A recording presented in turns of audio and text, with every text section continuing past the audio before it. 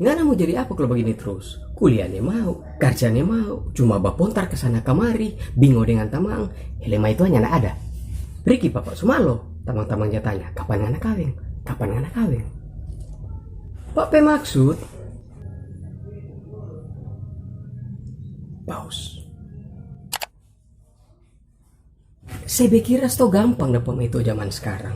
Eleso modal tampang dengan oto masih dapat bahugal akang. No apalagi kita. Tampang sorubu, modal mentes. Ngana bergaul.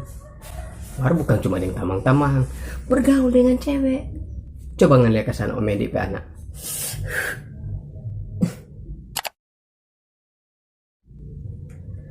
Ini lagi, banding-bandingkan DP anak dengan orang lain pe anak. Siapa DP nama? Ocol. Nah, siapa lah DP nama tuh dia? Coba taruh kira apa dia? Kerja so bagus, so ada mai tua. Bapak dengar-dengar, sesadiknya dia mau kawin. Ya iyalah ada orang semua kawin. So balonku ada 2 DP mai itu, aku nyana mau kawin. Jadi bapak cuma minta 1, cepat-cepat ngana kawin.